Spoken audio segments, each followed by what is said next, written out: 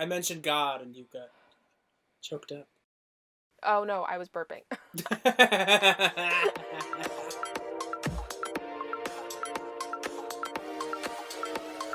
Please like this. Please like this. Please like this. Welcome to Please Like This. I'm Valentina. I'm Mark. And today we're talking about Bend It Like Beckham, a movie about a young Indian girl in Britain who wants to play soccer against her family's wishes. Okay, so I found out because I looked stuff up. Did you know that this was the first Western movie to be shown in North Korea?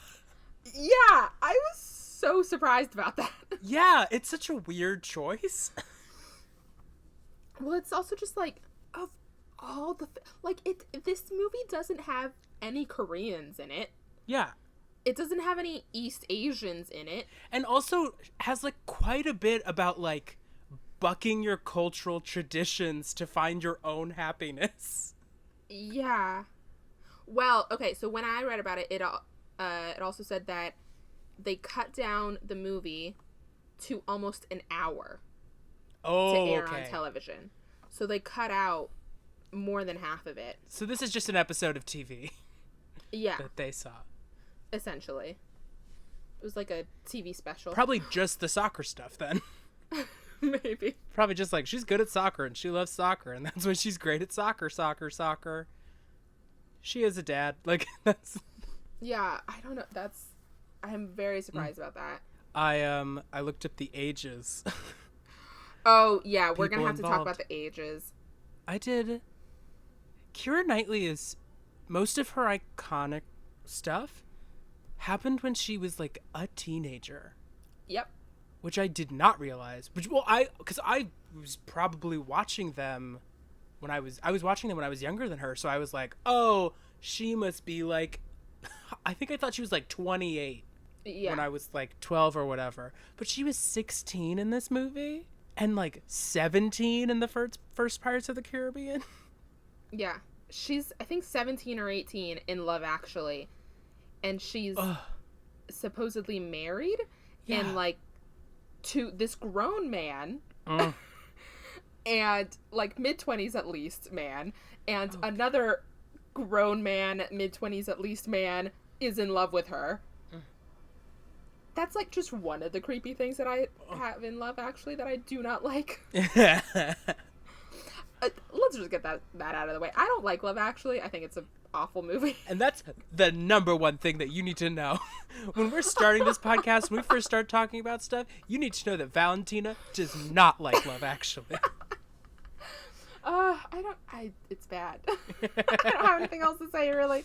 I saw it once and enjoyed it, but that's all I did. Not a love affair. But yes, Kiera Knightly, very young. Yeah. In this movie, the characters of Jess and Jules are supposed to be about 18, just graduating uni. No, isn't uni college? Yes. They're just graduating college because she gets her A-levels and stuff. Her A-level results. How does school in England work? School in England is very confusing. You know what? Let's not get into it. I don't really want to get into it, but... At the end of this movie, they go to American college. Yes. So that's the... They're about 18. They're about, like, when we graduated from high school. Like, the summer between high school and college. Mm-hmm. That's what is happening during this movie. Yes. And it's very weird for them to have this relationship with their coach. Yeah! Who is that was so weird. Jonathan Rhys-Meyers. JRM. His famous acronym. Yeah. He just always looks like a vampire. Yeah, I don't like he just does. Yes, he does. I think he has maybe played a vampire. Oh, I thought you were going to say he has vampire blood.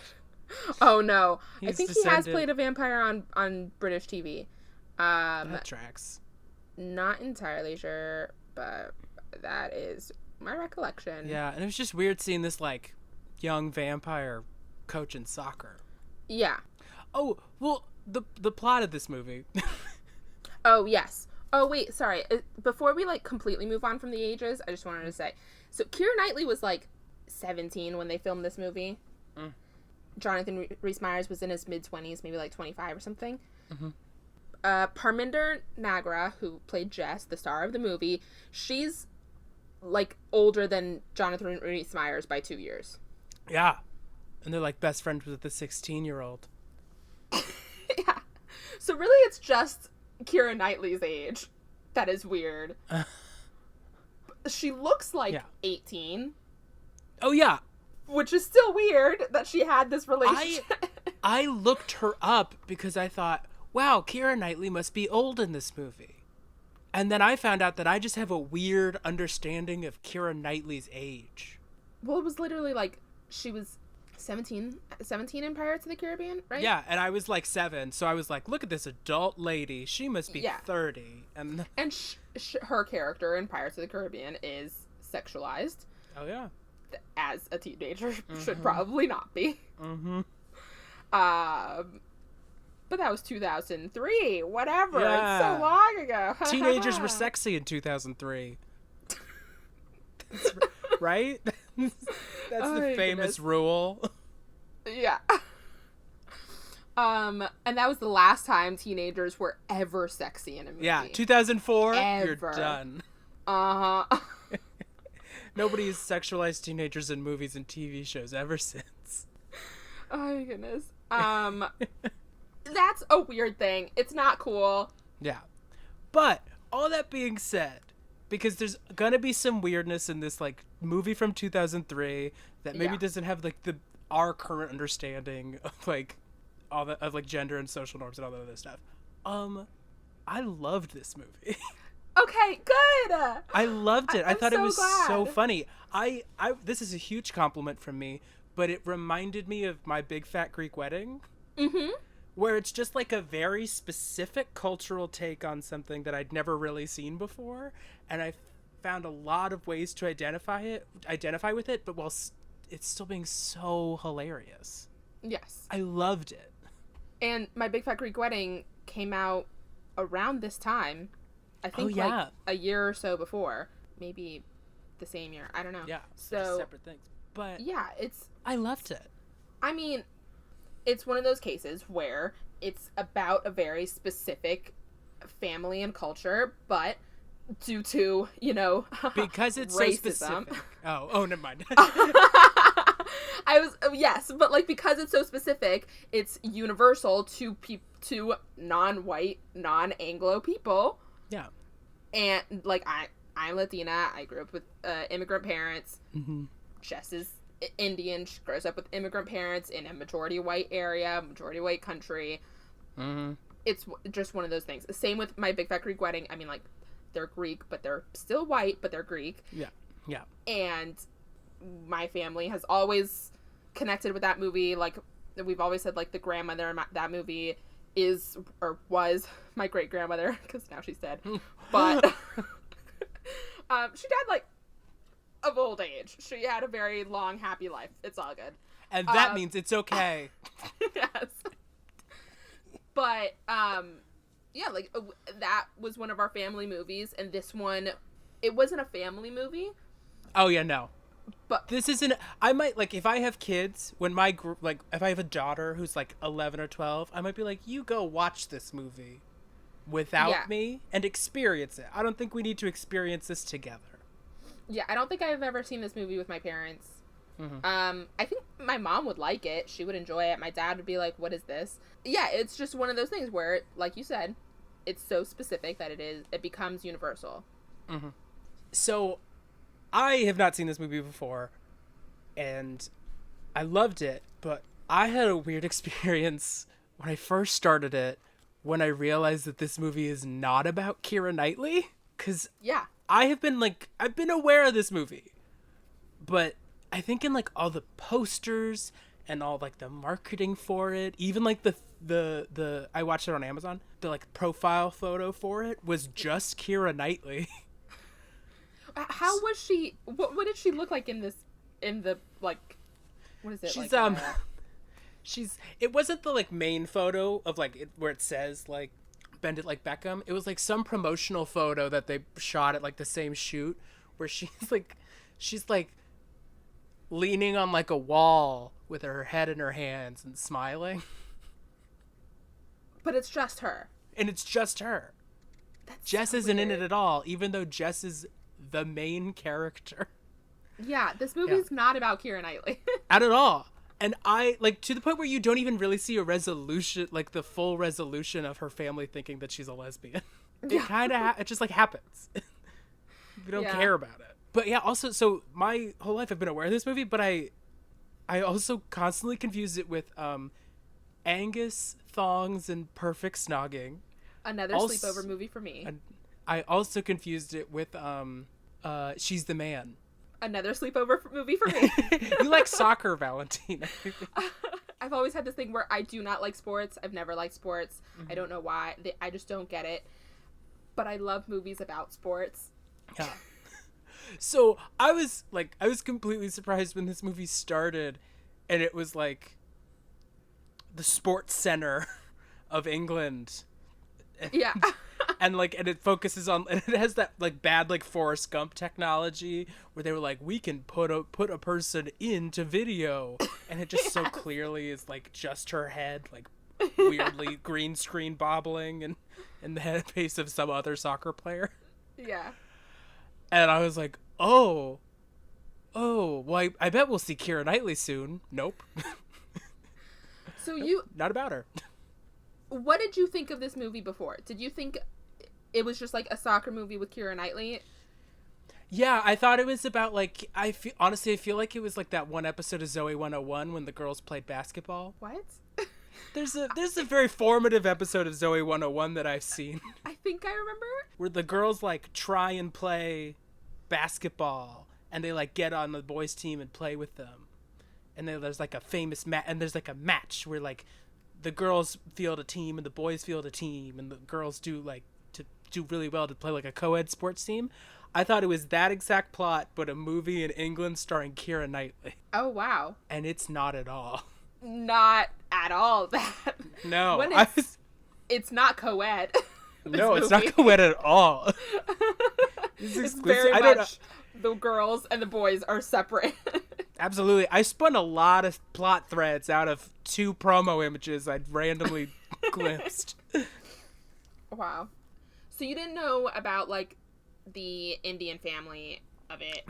No, I think I'd seen her, like, the main poster. I think I'd seen her in the main poster.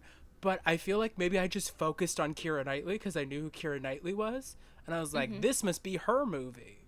It's not at all. No. And no one has, when people have discussed this movie, they have never explicitly said like, oh, and it's about this, the Indian family. None of that. They've just been like, that movie's fun. I love it. Yeah. Because I was going to ask, did you know about like the so-called subtle lesbian stuff in it? Because like, I feel like the majority of time when people talk about this movie now, they're like, it's mostly women, girls around my age, early 20s, mid 20s, whatever, talking about how they loved it growing up and it was like a formative gay awakening, queer awakening, yes. And like, because I feel like when I talk about this movie with people, it's like, oh yeah, we totally agree that they're gay and love each other, right? Yeah, it's so gay. They like kiss. So gay. They don't kiss. They're just like, we love you on like the nose. They're like, don't worry, they love their coach. Yeah. Well, that's the thing. It was 2002. Yeah. It was the early 2000s. I mean, like, don't ask, don't tell was still a policy in the United States, at least. I don't know about the UK. We don't know England history. Yes. Everything I know about England is from movies and TV. And that is an absolute fact. So we can't speak on that. We cannot speak on that. But also, I was 5 in 2002. So yeah, I wasn't really aware of queer relations in the United States either. No, I didn't know about the queer relations in myself. Yeah, same. I don't even think I knew queer was a word at that age. No, me neither. I'm sweating because I'm having fun, but also it's very hot in my apartment. Yeah, we right are now. just so everyone knows, we are discussing queer relations, and Valentina's in a literal closet. Valentina is recording in a literal closet. There's clothes behind her. Yes, I'm recording in my closet. Because the air conditioning is loud everywhere else. Because the air conditioning actually hits everywhere else in my apartment, except my closet, and that's why it's very hot. Yeah, Texas, it's hot. Yes. Okay, Anyway. what were we talking about? The queerness of this movie. Yes, okay. So, you were not aware of the queerness of this movie. None. Also, when Kiera Knightly first appeared in this movie, I was like, whoa, this is a gay woman. Yes. Like, she walks up in like a 1969 loose shirt. Yeah. She is, gay. Her character is, at least. Yeah. But they didn't let her be gay. Yes. Like, I think it is, like, generally agreed upon that Jess and Jules are gay and are in love with each other. Or at least, like, queer of some form. Yeah. And... at the very least, Jules is. Yes. Jules, most definitely. Yeah, I didn't expect any of that. So, also, the gay man in this movie, it wasn't bad. Like, for 2003 standards, amazing. But there was just something so funny about him coming out being like, I love David Beckham a lot. That's the first coming out line. So, as much as it sucks that, like, Jules and Jess are not definitively queer by the text, there is a gay character. Yeah. Whom we love. What? He does nothing in the movie. Tony. He's a good friend. He's He's nice. nice. I do think it is, like, worth something that it happened. That they confirm, like, yes, this character is gay. Yeah. He's not, like, when he comes out, I was like, oh, you're gay? Yeah. He's not, like, outwardly flamboyant, and he's not, like, no. An absurd gay stereotype. No. And there's also not even, like, any really hints of it before it happens. Yeah. Because they, like, kind of play it like he has a crush on Jess, our main character. And, like, I felt they could have foreshadowed the gay character being gay in a better way. And it kind of makes me wonder if they, like, that's an artifact of, like, the original script of the two of Jules and Jess being gay. And so that original character was straight. But I'm adding narratives onto this. I don't know. Yeah. Well, one, I don't think the writers ever wrote Jules and Jess to be gay. I don't think, at least. I don't know. But there is no real hint that he's gay, and, like, upon rewatch, you still get no hint. Like, no. I've seen this movie at least half a dozen times, and it's still, like, I know that he is gay, but still, I'm never like, oh, that's a moment where they kind of hint at it. No, it just, like, happens. Yeah, it just happens. Although I will say it happens in a gazebo, which is maybe the gayest thing about it. Coming out in a gazebo. Yeah. To your female best friend you had to fake a crush on. Yeah. That's a queer experience. Yeah. That is really the only hint where the other people tease Jess about, like, wanting a boyfriend or, like, having a boyfriend or whatever, or not wanting a boyfriend, because she doesn't want one. She wants a girlfriend. Until she finds that white man, and then she's like, that's the one for me. Yeah. There are many instances where they say, like, oh, Jess, go back to your boyfriend, or, oh, Tony, call your girlfriend over here, or something. Like, other side characters just randomly assuming that these two are dating or whatever, but they're not.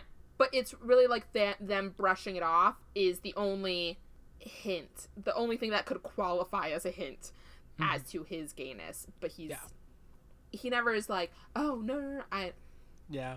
But he's also not, like, a main character or anything. Yeah, it is a subplot, and I'm sure there are, like, stuff that they cut out of the script, like, original scripts where he is in it more, but... Yeah. So, what is the plot of this movie? So you had no idea that this movie was about soccer. None. And, Okay. Well, no, I knew it was about soccer. I didn't know it was about an Indian family, and the main girl was Indian, and that Right. it wasn't set in high school. Oh. I thought it was in like a high school school. in this movie. They Not don't at go to all. school. It's like summer. Yeah. Okay, so Bend It Like Beckham is about this Indian girl named Jess.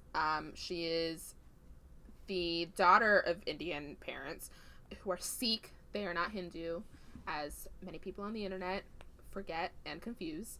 She is a very good daughter or whatever, but she likes to play soccer, and her parents don't want her to play soccer, and so she's playing soccer in the park with her friends, including her gay friend Tony, and this girl Who we find out later is gay. Yes, her soon to be known I gay would friend Tony. I would describe her as her friend Tony. I would Okay. describe that man as her gay friend Tony. Her friend Tony. Her friend Tony. Okay. So Jess likes to play soccer in the park with her friend Tony. Is that what you want me to say? Are you happy with that? Yeah, that's better. Cool. And this girl, Jules, comes up to her and is like, "Hey, I've seen you play soccer a few times. You're really good. You should come try out for the team that I play for." Yeah, a soccer league. They never explain it, but I feel like it's like a soccer club. That's why Yes. like they play all over the place. They go international. It's like a club. It's not like a local league, but Yeah, I don't really know. But Jules is like, "Hey, come play for my team," and but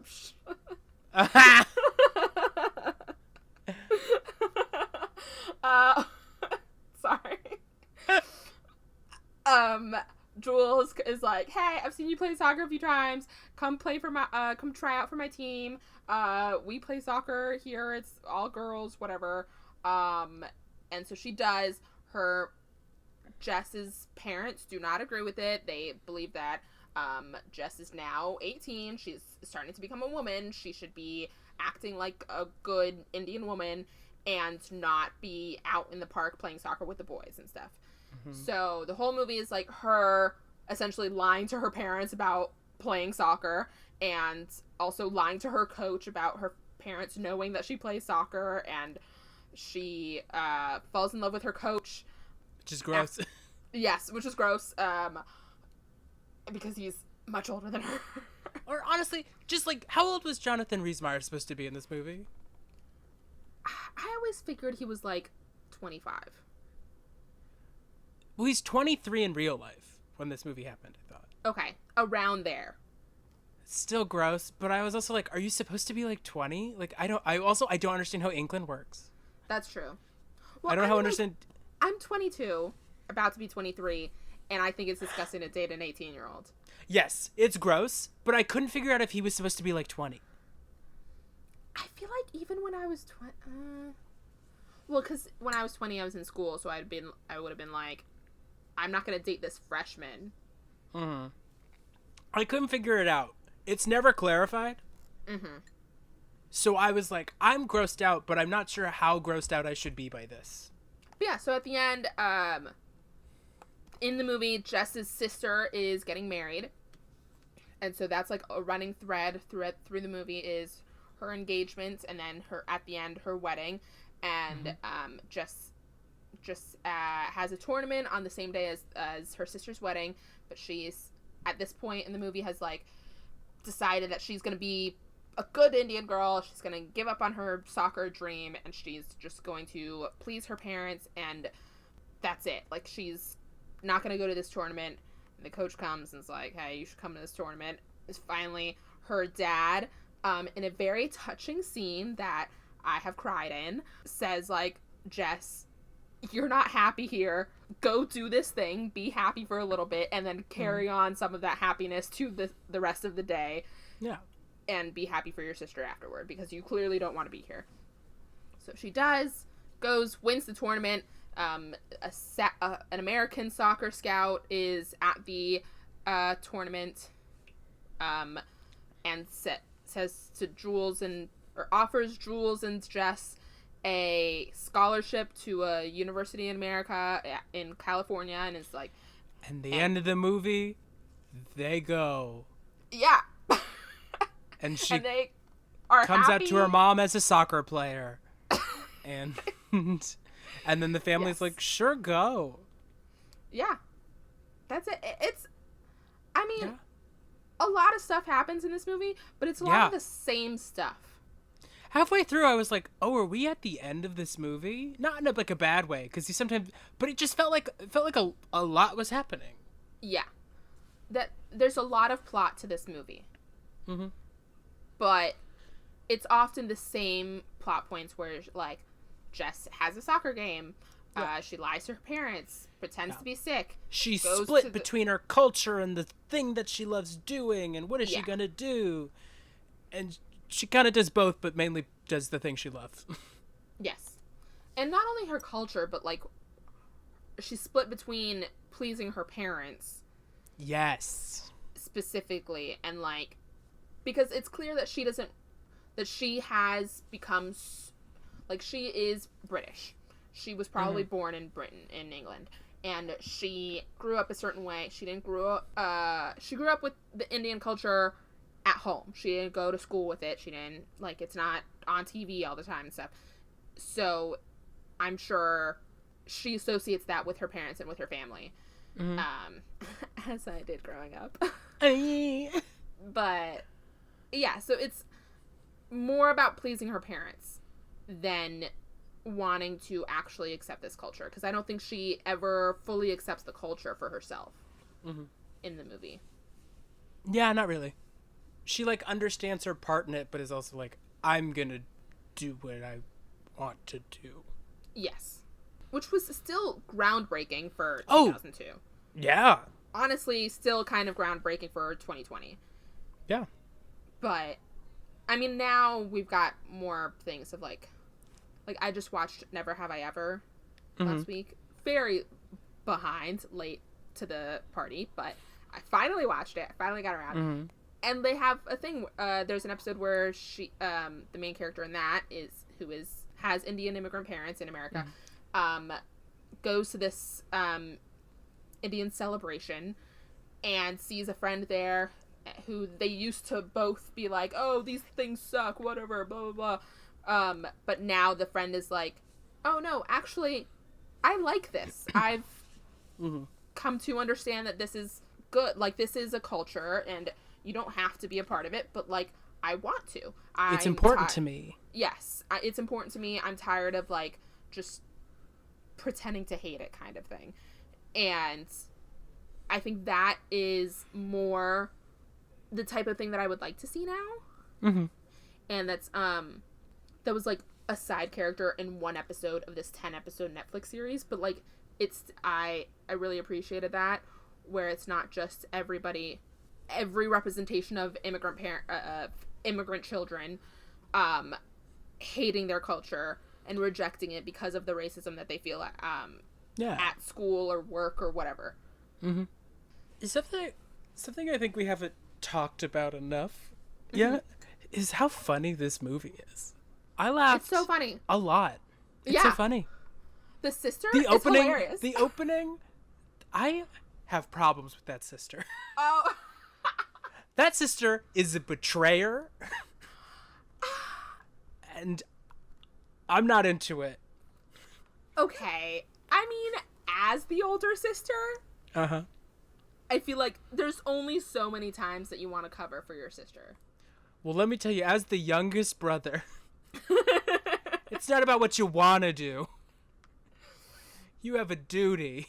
Yeah. Agree to disagree on that. Agree to disagree.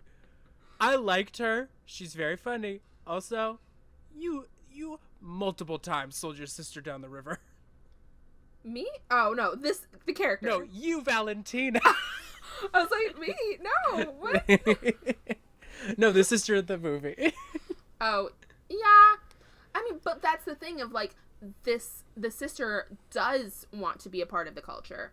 And she that's true. Is excited for her wedding. And she wants to, like, she's excited to go sari shopping and, like, at the beginning when they're shopping and everything, she sees that one sari in the window and she's like, oh, that's perfect. Like, she actually likes it. Yeah. And so I'm sure it is annoying for her to have this sister, like this younger sister, always just shitting on it all the time and yeah, just wanting to get out of things. It's like, no, it's we're siblings. Like, we're part of the same family. If I have to do these things, you have to as well. Yeah, but also, doesn't she like fully be like, you're gay with that lady? No, I mean, it's In front of the family? I was like, you're a monster. no. Wait a second. No, she doesn't. Who am I thinking of? Wait, this happens. No. The sister is never like, you're gay. Okay, so there's two. No, she calls her the D word. Yes, because she's like, you're ruining my wedding. I don't care. But it's not like she's outwardly hating on her sister just because she wants to or something. It's because, like, her sister is doing is affecting her life as well. Like, literally, her fiance's parents called off the wedding because of her sister. Yeah. You know, like, it's not just, oh, I don't want to have to lie for you anymore. It's like, no, your lies are actually affecting my life. Okay, fine, I changed my mind. Although, one more thing, she was only really asked to lie for her sister, like, twice. Yeah. Well, half the times that she Both gets times. that Jess gets found out, it's because, like, someone got home early, or like when they go to Germany and her dad sees the picture in the paper. Yeah. It's not because of her sister. That's true. Well, yeah. So. Yeah. But you wanted to say something else about the opening scene. Oh, the opening scene of this movie is so funny. Because the opening scene of this movie is like a dream sequence where, like, we're in Jess's dream and she's like running and playing soccer for England's soccer team, and then it cuts to like England's Sports Center and they're all talking about how, like, she's doing great, she's amazing. It's all these like white guys who like yeah, we just love soccer, and then her Indian mother is also at the table. And they're all like, she's doing great. And then the Indian mother cues in at the same table with all of them. But it's just like, and she's not, I can't believe she's having these dreams. And she should be focusing on this. And it genuinely surprised me. It really got to me. Also, I'd like to pose a question for you. Okay. Who do you think I am in this movie? Who do I think you are? Who am I in this movie? I think you're probably one of the sisters' friends that they see in the sunglasses store. Nope. I am Kiera Knightly's mother. Oh, of course! You're Paula! I am obsessed with this character. Oh, she's great. She's so fun, fantastic, and she's constantly being like homophobic to her daughter, you know, like I do. At one point, she thinks she's like just witnessed her daughter like break up with what she thinks is her girlfriend. And she's like, oh no, my daughter is like really a lesbian, not just really into sports. And she's like crying to the husband and says like, I can't believe what they did to George Michael. And I laughed out loud alone in my bed. That was so funny. And then the husband is like, but you still listen to Wham. You still listen to his music. He's fine. Like, yeah, he gets homophobic criticism every day in the paper, but like, you still support his music. Yeah, you so love it. I think he's fine. And I loved that she like tried to learn soccer and like tried to be supportive, even though it was like of like when she thought her daughter was a lesbian. I do, but that's the character that I most was like, you're someone I want to see. In real life? Yes, in real life, I'd love to see this woman tottering about on her with heels. her hats. With her hats. She always had hats. Yeah, she wore like these big church hats to like her daughter's soccer game. I also do love the other players on the team. Yeah. When they had like their first locker room scene where they were all talking about boys, I was like, oh, all these straight women soccer players. Every single one of them. So, I did read that all of those people, except the girl who played the team captain, were actual professional soccer players. Who are not actors and just like were in this movie for a little bit. Got it. So the only other actor on the team is the team captain. The one who's like waving around a tampon in the locker. Yeah, it's a fun movie. Yeah, it's fun. I do have one line I would like to unpack. Okay. It's when it's after she gets red carded in one of their games. Oh no, like, I know exactly the line. And the coach and her like the coach yells at her in the locker room, and then she like follows him to like yell back at him and be like, "Why did you yell back at me? They called me like some slur." And then he's like, "Hey, you can't let that get to you. I know exactly what you're talking about. I'm Irish." and honestly, I thought about it and I realized that like, oh, the Troubles had like just happened in Ireland. So it's not like if it happened in America. Yeah. In like this day and age, and he was like, "No, I get it. I'm Irish." But it's still toned down. That's definitely a scene or a line, whatever, that I don't think I will ever understand fully because I did not grow up with Irish people being persecuted. Because in America, we're just like, oh, you're Irish, you're white, and that's it. Yeah. At least, like, in my lifetime, yes, I know there was a time that, like, yeah, but Irish like people we're not were persecuted in the United States, but that was, like, literally 100 years ago. Like, it's been a while. Now they're just white people. Pretty much. In England, yes, Irish people have been There's persecuted. more of a difference because there's less of a... Well, yeah. But I've seen that also, like, that, like, a screenshot of him saying that line pop up on Twitter a few times. Yeah. Like, every, I don't know, like, few months or so, somebody will be like, what the heck were they talking about, or something, and I'm like, I understand your frustration. Also, it's not treated... I feel like if that line... I feel like that line could still happen today, but it would be a joke. Yeah. Yeah. It'd be a joke that someone was like, I get it. I'm Irish. Yeah. But in the context of the movie and the time period, she's like... She was just called like a legitimate racial slur, was like, oh, you're right. Yeah. It was like, that would not be... That was one of the other times that I laughed out loud in this movie. Alright, so yeah, I just wanted to talk about the kiss for a second. I do not like in movies when actors kiss with absolutely no chemistry whatsoever, and it's supposed to be super romantic, or when they kiss with like way too much chemistry, and it's supposed to be just like a little innocent romantic kiss with not like a lot of sexual tension there, and the actors are like bringing too much to it. Yeah.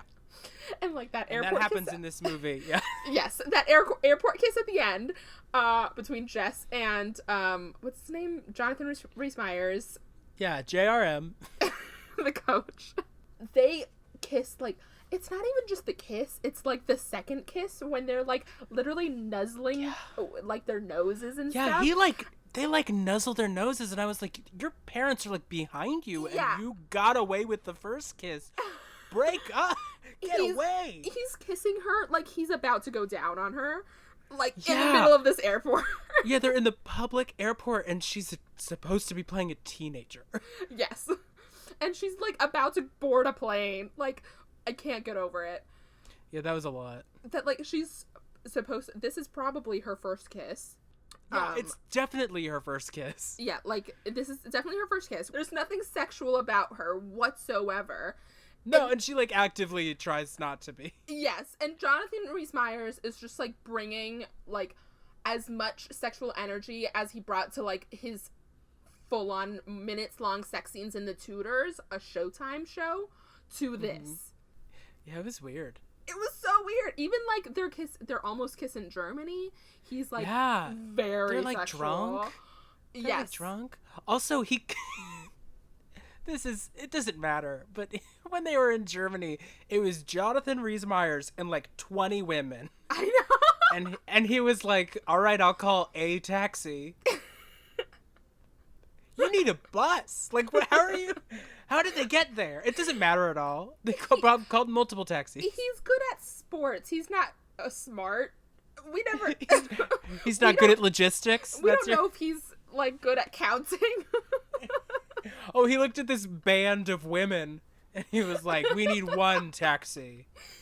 We're good. I don't know if he knows how big German taxis are. Oh, yeah. Famously, every English taxi is a double-decker bus. That's famous. That's how it goes in England. You call a taxi, you better be ready to pay for a double-decker red bus. I also wanted to talk about, in that scene, Kiera Knightly's top.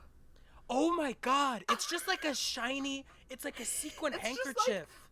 Like an oversized handkerchief on the front of her body, and then one red string around the middle of her back. And she's like 16 and wearing Yeah. like a denim shirt. That's when I looked up. That's when I looked up how old she was in the movie. Because I was like, this is aggressive. Yes, she. Yeah, but I feel like that was normal for like at least. Yeah, it seemed. I actually wrote down that this movie is the only like early 2000s movie where I saw a lot of the clothes and I was like, those look good. It looked good. Like, it looks like something you would actually see in a club. But it just, like, threw me for a loop for a second. Like, oh, it's insane. Whoa. It is truly just a sequin handkerchief she's, like, tied behind her back. Yes. I genuinely would love the confidence to, like, wear that. It was shocking. Yes. But, yeah. And, like, the rest of the girls look good. And, like Jess's top is, like, a black leather thing that's, like... Yeah. She's got an LBD. Yeah, but it's like multiple like it's mostly black backless, and it's multiple strings tied in the back, and like just like 3 or 4, but it covers more in the front. Also, I would like to say that Jess does a great job in this movie. Oh yes, absolutely. Parminder Nagra does a great job in this movie, and she's like 26, killing it playing an 18-year-old. Like, gets all the the realisms of it down. She like anchored this movie. The angst. Yeah. It was great. Yeah. I have no notes really. She just genuinely killed it. Also, I thought it was interesting that like they kept in her like real backstory of the burns on her legs. Yeah, I did see that. There's like a thing that Jess's character is like scared to show her legs. Because cultural reasons, but also when she was young, her legs got burned, and like there was like scars on her legs, and that's the actress's like real legs and real backstory for why it happened, and they just like left it in, and it fully worked seamlessly, and it was like really well done. Absolutely. Do you have anything else you want to say? As someone who's never seen it, I would say watch it. I loved it. And I would I'd watch it again. Like if sometime in the future I'm like hanging out with friends, it's 2022. I'm in person with people. And I'm like, yeah, we hope. And I'm like, let's watch something. I'm gonna be like, let's Bend It Like Beckham. I'd happily watch it again. I loved it. It was really funny. And like good. Really just good. It's a good movie. I enjoyed it. I'm really glad you enjoyed it, and that our first episode was not like one of us shitting on a thing. Yeah. Yeah, that'd be bad. Who wants to start negative? It's not fun. Yeah. But I'm also just in general glad that you liked it, because it is a very fun movie. Yeah. And Just judging by like the lists that we have of like future episodes and stuff, I think some of these things will definitely be difference will definitely. No, I was gonna say like the difference between us, of why like one of us has seen it and the other has not, is literally gender. Yeah. That. Of course, I, as a teenage girl, saw this movie because it was about teenage girls. Yeah. And, like, I avoided it because even though I wanted to see it, I didn't feel I was allowed to. There's going to be definitely a few of these movies and books and stuff where I avoided it because I was like, oh, that's a boy thing. Or maybe you avoided it because you were like, oh, that's a girl thing. And, like, just societal pressures. A fair warning to everybody. I have listed several football games as potential stuff that we could watch in the future and talk about. Several football games. I'm only interested in boys things. UF versus Ohio. Let's talk about it. Does UF even play Ohio? Yes, they're a famous rival. UF versus Ohio State. I went to UF for 3 years. Did not know that.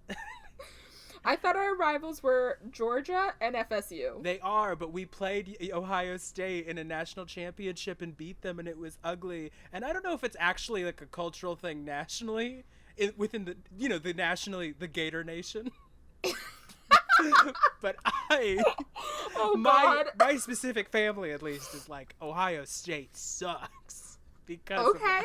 Just so everyone knows, we're not going to talk about football. We might talk about a football movie. We will definitely be talking about a football movie, I can just say that. But we will not talk about football. But that being said, we will talk about basketball. Glad you enjoyed this movie. Yeah. Because I also did. I love it. Go watch Bend It Like Beckham.